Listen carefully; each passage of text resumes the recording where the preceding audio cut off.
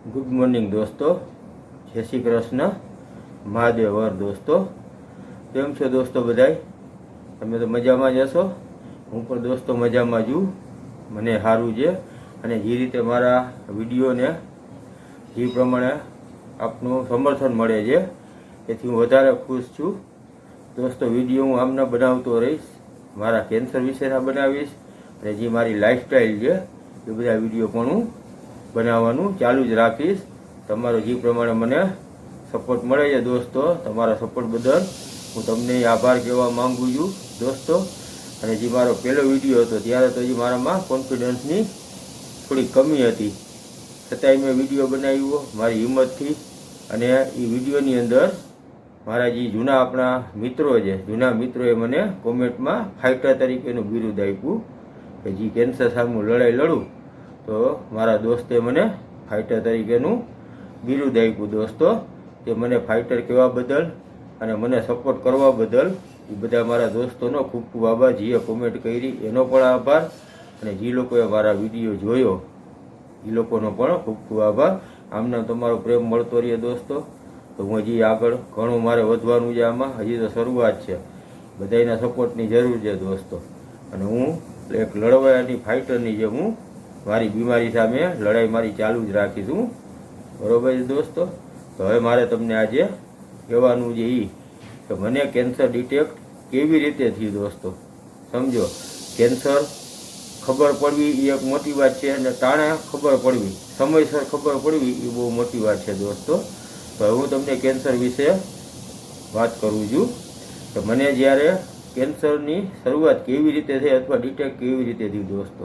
તો તમે જોતા હશો મને જરાક હોઠ ઉપર છે જ અહીંયા થોડુંક આ વધારે લાગે છે, ઠીક છે દોસ્તો. તો મને દોસ્તો મારી શરૂઆત હોઠથી થઈ હતી.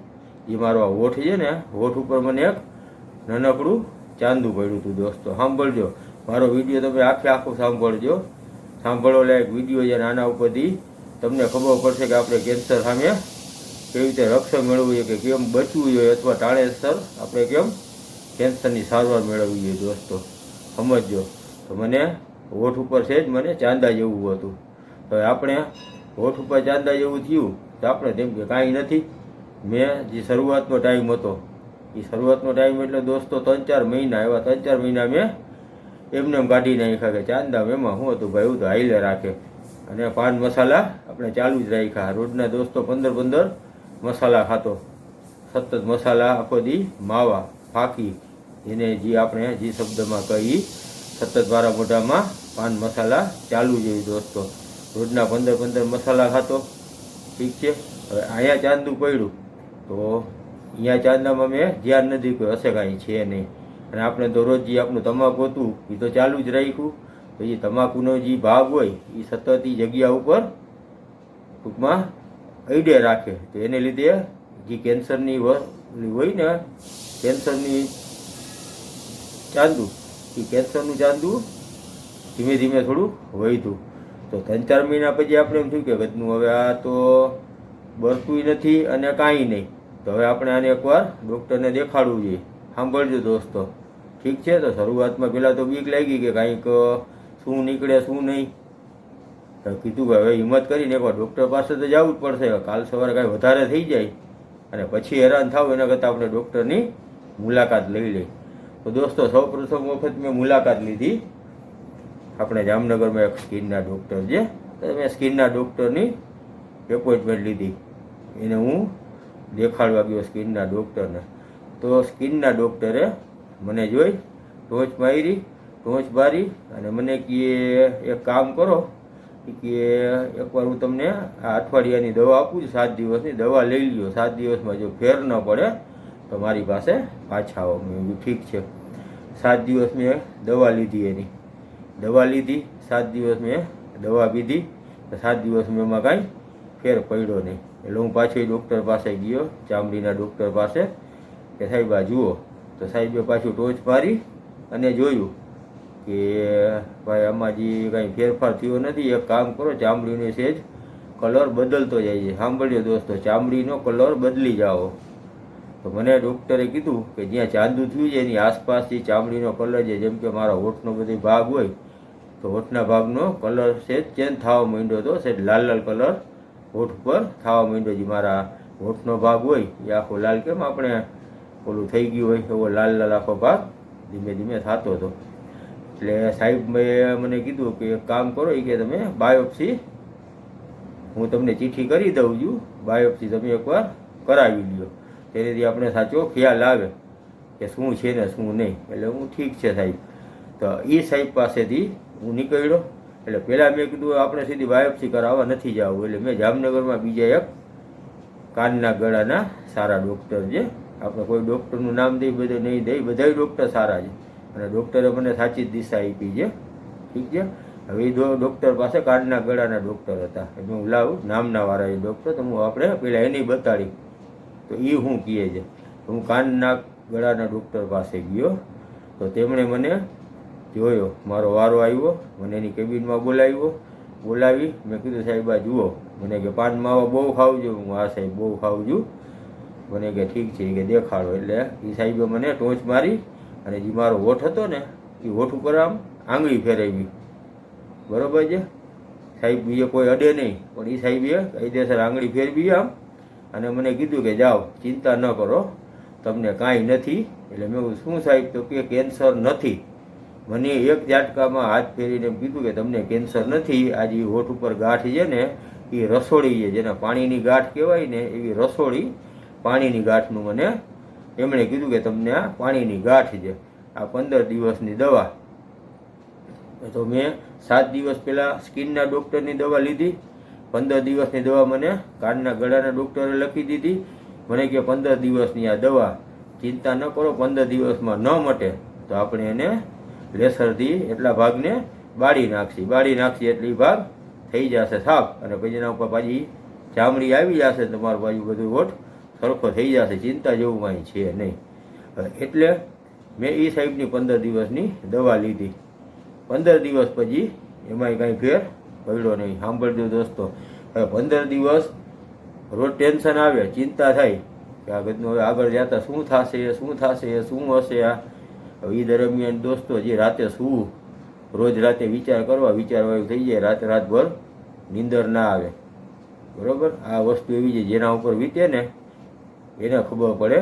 એટલે હું તો કહું છું દોસ્તો કે બનતા સુધી વ્યસન કરો નહીં, અને વ્યસન કર્યું હોય તો મૂકી દો, અથવા ન મૂકી શકતા હો તો ધીમે ધીમે સાવ ઓછું કરતા જાઓ. બરાબર, બધાને આ વસ્તુ નથી થતી, અમુકને થાય છે, પણ એ અમુકમાં આપનું નામે લખેલું હોય મિત્રો, સમજો. તો આ બહુ તકલીફવાળી વસ્તુ છે. અત્યારે હું તમારી પાસે બેસીને વાત કરું છું ને એના માટે મેં હિંમત ભેગી કરી કે આ બધી વસ્તુ હું સોશિયલ મીડિયા મને જાહેરમાં આ બધી વાત કરી શકું દોસ્તો. ઠીક છે. તો હવે મારી વાતને આગળ વધારું છું. હવે મેં એ સાહેબની 15 દિવસની ગોળી લીધી. 15 દિવસે મને દવા આપી, પછી 1-2 ટ્યુબ આપી મિક્સ કરી લગાડવાની, એ બધી મેં કર્યું. એ દરમિયાન પાછા પાનમાં આવવા તો ચાલુ જ હતા, કેમ કે એ વ્યસન જે મુકાતું જ નહોતું કે ભાઈ એના વગર હાલે નહીં. સવારે આંખ ઉગડે નહીં, ચા પછી સીધું આપણે તો માવો જોઈએ જ, માવા વગર આપણી સવાર ન પડે, વર્ષોથી આ ક્રમ. ઠીક છે દોસ્તો. હવે આ વસ્તુ બની, 15 દિવસની દવા લીધી. 15 દિવસ પછી સાહેબ પાસે હું ગયો તો સાહેબ મને કહે ફેર પડ્યો, હાલો મને એ કે સાહેબ કહે 50% ફેર જેવું લાગે છે, પણ એક કામ કરો, એ કહે હવે હું તમને એક ચિઠ્ઠી કરી દઉં. જામનગરમાં એક ડૉક્ટર છે, લેસર કરે છે, તો હવે કે તમે આપણે અહીંયા લેસરથી કે આ ભાગ કઢાવી નાખો એટલે વાત થઈ જાય પૂરી, કાંઈ ચિંતા જેવું છે નહીં. મને એમ કીધું કે ચિંતા જેવું કાંઈ છે નહીં. લેસરથી આ ભાગ છે જ્યાં ચાંદુ છે એ ભાગને આપણે લેસરથી બાળી નાખી એટલે થઈ જાય કમ્પ્લીટ, અને થોડાક દિવસમાં પાછી ચામડી રેગ્યુલર જે ચામડી હોય ને એ પાછી ઉગીને આવી જાય. એટલે પછી એવું ઠીક છે દોસ્તો, તો આપણે એમ હોય કે હાલો ભાઈ લેસરથી આપણું પતે છે કામ, તો આપણે લેસરથી કામ આપણું પતાવી લઈ, અને આપણે 10-12 દિવસમાં આપણે પાછા મોટું હોઠ હોતા એવા થઈ જાય. ઠીક છે. તો હવે હું એ ચિઠ્ઠી લઈ અને ગયો ડૉક્ટરને દેખાડવા, બીજા ડૉક્ટરને જેની ચિઠ્ઠી કરી દીધી હતી એમને હું દેખાડવા ગયો. તો સાહેબે જોયું, સાહેબને કીધું કે આ ઓલા સાહેબ જે એ મને આ ચિઠ્ઠી લખી દીધી છે, મને એ તમારી પાસે આ લેસર સર્જરી કરાવવાનું કીધું છે આ હોઠની. એટલે સાહેબે બધું જોયું, ચેક કર્યું, ઓકે. મને કહે 2 દિવસ પછીનો ટાઈમ આપ્યો કે 2 દિવસ પછી આવી જાઓ. 10,000 રૂપિયાનો ખર્ચો થશે અને તમને લેસરથી આપણે બારી અને તમને આપણે કરી દઈ છૂટા. એટલે કીધું ભલે. હવે દોસ્તો 2 દિવસ પછી એનો મારો વારો હતો સર્જરીનો. 2 દિવસ પછી હું ગયો એમની પાસે સર્જરી કરાવવા. સવારના પોરમાં પહોંચી ગયા, બપોર પછી મને સર્જરી રૂમમાં લઈ ગયા. 25 મિનિટ ઓપરેશન આવેલું દોસ્તો. 25 મિનિટ એ મને અહીંયા લેસર કર્યું. લેસરથી એટલો ભાગ હતો આખો હોઠનો, થોડોક ટૂંકમાં ગોલ ચક્કર હોય એ આખું ગોલ ચક્કર લેસરના કિરણ મારી ને આખું ગોલ ચક્કર બાળી નાખ્યું. હવે એ મને બાળી નાખ્યું. પછી 25-30 મિનિટ મારું ઓપરેશન ચાલ્યું. પછી મને બારે કીધું કે હાલો ઓપરેશન પતી ગયો, તમે બારે બેસો. એટલે મારા ઘરના 2-4 સભ્ય બધા હાજર હતા. પછી મારા ઘરના સભ્ય હાજર હતા. એ લોકોને કીધું સાહેબે કે ભાઈ હવે તમારા જે આપણા રિપોર્ટ મોકલેલો છે એને આવતા 12-15 દિવસ થશે. શેનો રિપોર્ટ? તો કે બાયોપ્સીનો. એ સાહેબે મારું ઓપરેશન કરતા પહેલાં મારા જેને આપણે કટકી કહેવાય ને, બાયોપ્સી એટલે કે જે આપણે આ થયું હોય ચાંદુ, ત્યાંથી થોડોક ચામડીનો ભાગ કાઢી અને એને લેબોરેટરીમાં ટેસ્ટ કરવા અમદાવાદ મોકલે. આપણે અહીંયા ક્યાંય ટેસ્ટની સુવિધા નથી, બધા ટેસ્ટ થાય છે અમદાવાદ. બાયોપ્સીના રિપોર્ટ બધા અમદાવાદથી આવે. ઠીક છે દોસ્તો. તો હું બહાર આવ્યો ઓપરેશન કરાવીને. અહીંયા બધે ઓલું રૂ ને બધું લગાડેલું હતું. આટલો ભાગ આખો પેક કરી અને હું બને કે થોડી વાર બેસવાઈ ગયા. અડધી કલાક તમારે બેસવાનું. તમને કાંઈ ન થાય, ચક્કર કે કાંઈ ના આવે તો અડધી કલાક પછી તમે ઘરે જઈ શકો છો. ઠીક છે. તો મારા પરિવારના સભ્યો હતા. એટલે મેં કીધું સાહેબનું કે સાહેબ શું કહે છે? તો કે ભાઈ તારું ઓપરેશન હાલતું હતું ત્યારે સાહેબ બહાર આવ્યા કે ભાઈ એક કામ કરો, આપણે આનો બાયોપ્સીનો રિપોર્ટ કરાવી લે. એના 1500 રૂપિયા બાયોપ્સી રિપોર્ટના થશે. તો કીધું કાંઈ વાંધો નહીં સાહેબ, કરો છો તો બાયોપ્સીનો રિપોર્ટ કરાવી લીધો. આપણે સાચું ખોટું ખબર પડે. સાહેબ કે કાંઈ છે નહીં, છે તો આપણે રિપોર્ટ કરાવી લેવાય તો ખબર પડે કે શું છે શું નહીં. એટલે ઘરના આવી કીધું આ ઓકે. તો બાયોપ્સીનો રિપોર્ટ મારી અંદરથી કટકી કાઢી અને એ રિપોર્ટ કરવા મોકલી દીધો. હવે મને જે લેસર કર્યું હતું હું અડધી કલાક પછી અમે અમારા ઘરે પહોંચી ગયા. આટલો આખો ભાગ હોય લેસર કર્યું એટલે બાયડું એટલો બધી આપણે કાળો બરી ગયું ને, કાળો ભાગ હોઠ ઉપર થઈ ગયો. થોડાક દી મને ઓલું પોચું ખાવાનું કીધું, ખીચડીને એવું કાંઈ ખૂચી એવો ખોરાક નહીં ખાવાનો, થોડાક દિવસ ધ્યાન રાખવાનું, 10-15 દી. તો આપણે 10-15 દિવસ એની આપણે જે કાંઈ કીધું તો આપણી પ્રમાણે એની કાળજી રાખી. હવે 10-15 મિનિટ કાળજી, 10-15 દિવસ આપણે કાળજી રાખી. હવે એ રિપોર્ટ એ લોકો કરાવવા જ્યારે અમદાવાદ મોકલ્યો. હવે મિત્રો વિચારો એ મારા દિવસ કેવા ગયા હશે. હું ઘરે આવ્યો, મને તેમ કે આપણે ચાલો ઓપરેશન કરાવ્યું એટલે આપણે થઈ ગયા છૂટા. હવે એ બાયોપ્સી રિપોર્ટનું મેં સાંભળ્યું ત્યારથી મગજ આપણો કામ કરવાનો બંધ કરી દીધો કે ભાઈ મને લેસરથી ઓપરેશન કરવાનું હતું ને કાંઈ હતું નહીં, ખાલી રસોડીની ગાંઠ હતી. તો મને બાયોપ્સીનો રિપોર્ટ મારો કરવા હુકામ મોકલ્યો. એટલે મનમાં ટેન્શન આવ્યું કે કાંઈક સાહેબે જોઈ લીધું હશે, ડૉક્ટરને તો તરત દેખાઈ જાય, એટલા માટે થઈને બાયોપ્સી રિપોર્ટનું કીધું હશે. હવે અહીંયા ઘરે હું રોજ દિવસ રાત એક જ વિચાર આવે, બાયોપ્સીના રિપોર્ટમાં શું આવ્યું હશે, બાયોપ્સીના રિપોર્ટમાં શું આવશે. વિચારો દોસ્તો, એક દિવસ ને એક રાત રોજ એમ થાય કે હું હોસ્પિટલથી ફોન આવ્યો, 5 દી થયા, 7 દિવસ થયા, 10 દિવસ થયા અને ટેન્શન વધતું જાય કે હવે ક્યારે ફોન આવશે. રોજ એક જ થાય કે એકવાર ઓલું આવી જાય રિપોર્ટ તો મનને રાહત થઈ જાય કે હાલો ભાઈ મને કાંઈ નથી. એવી રાહત મનમાં એક હતું કે મને કાંઈ નથી, પણ રિપોર્ટ આવે પછી જ મને એમ થશે કે મને રાહત થઈ, ત્યાં સુધી મને રાહત નહીં થાય દોસ્તો. એ દરમિયાન વિચારો મેં પાન મસાલા મૂકી દીધા, બરાબર. અને 10 દી તો મેં ટેન્શન તો હતું જ, પણ પાન મસાલાની જગ્યાએ મેં લેસર કર્યું હતું તો એ મેં જે ગુટકા હોય ને વિમલ ને RMD ને માણેકચંદ એવા મેં ગુટકા ખાવાનું ચાલુ કર્યું દોસ્તો. એ 10-15 દિવસ પાછા હું ગુટકા ખાતો હતો. હવે એક દિવસ કાઢવો અઘરો પડે દોસ્તો. અને 14 કે 15 દિવસે હોસ્પિટલેથી ફોન આવ્યો કે ભાઈ તમારો બાયોપ્સીનો રિપોર્ટ આવી ગયો છે, તમે ઘરના કોઈ પણ એક સભ્યને લઈને આવજો. સાંભળો મિત્રો, જે ડૉક્ટર હોય તમે અહીંયા રિપોર્ટ લેવા જાઓ ને તો એ રિપોર્ટ લેવા માટે તમારા ઘરના એક સભ્યને લઈને જ આવવાનું. એનું કારણ એ છે મિત્રો કે કોઈ પણ માણસ આજે કોઈને એમ થાય કે ખબર પડે, જેમ કે હું છું, હું એકલો જાઉં, મને ખબર પડે કે મને કેન્સર છે, તો માણસ કેન્સરનું નામ સાંભળી અને મનથી જ સીધો મરી જાય. એના મનમાં સીધા સૌથી પહેલાં ખરાબ ને ખોટા વિચાર જ આવે. આજે જેને કેન્સર જાહેર થાય એના સારા વિચાર તો આવવાના જ નથી, બરોબર. તો અહીંયા ડૉક્ટરની એવી સિસ્ટમ કે તમારો રિપોર્ટ લેવા જાઓ તો તમારા ઘરના પરિવારના સભ્યને લઈને જાઓનું તો જ તમને રિપોર્ટ આપે, નહીં તો રિપોર્ટ ના આપે. કેમ કે રિપોર્ટ લઈ અને એ દર્દી ત્યાંથી નીકળી અને કોઈ પણ ન કરવાનું પગલું ભરી બેસે, આત્મહત્યા કરે કે ક્યાંય પડી જાય કે દવા પી જાય. સમજો કેન્સર નામ આવ્યું છે, માણસ મનથી જ અડધો 50% મરી જાય.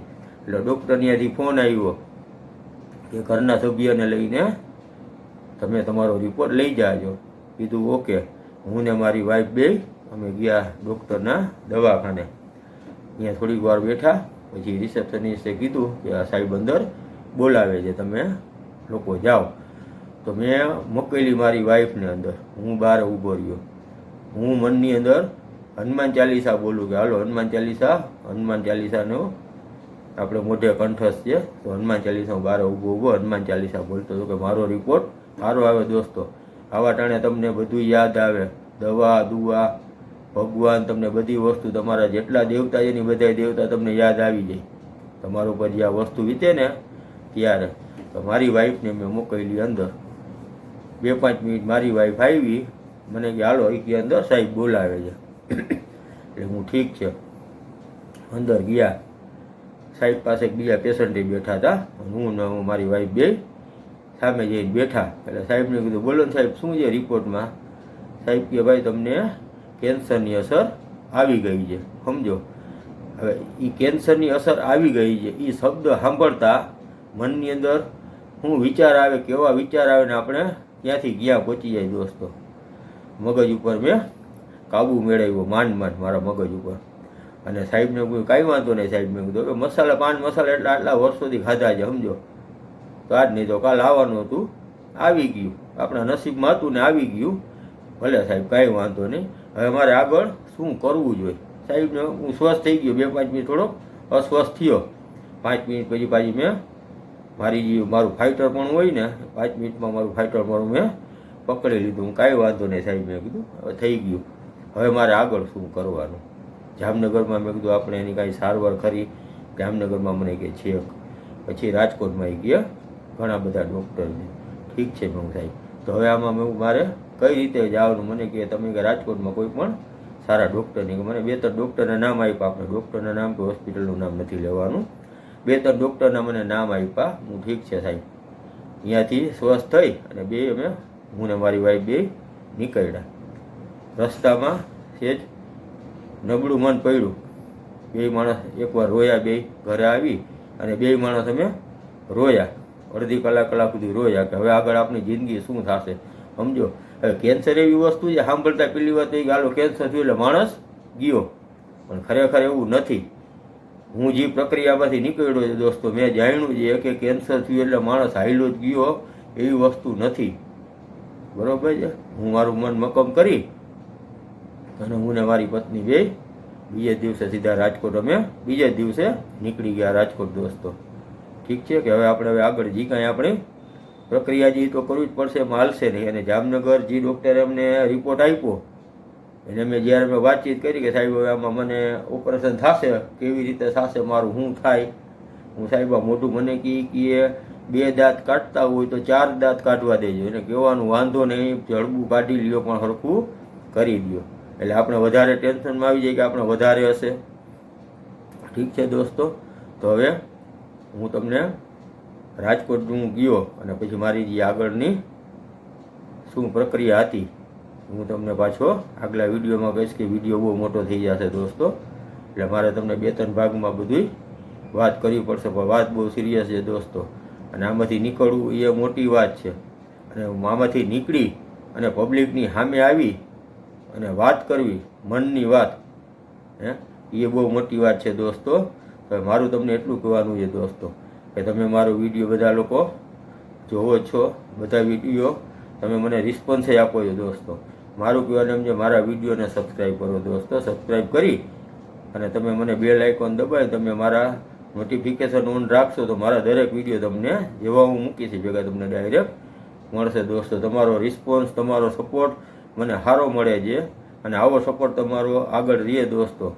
હું મારી લાઈફ, મારી વાઈફ, મારા બાળકો સાથે સરસ મજાની લાઈફ અત્યારે હું જીવું છું, બરાબર.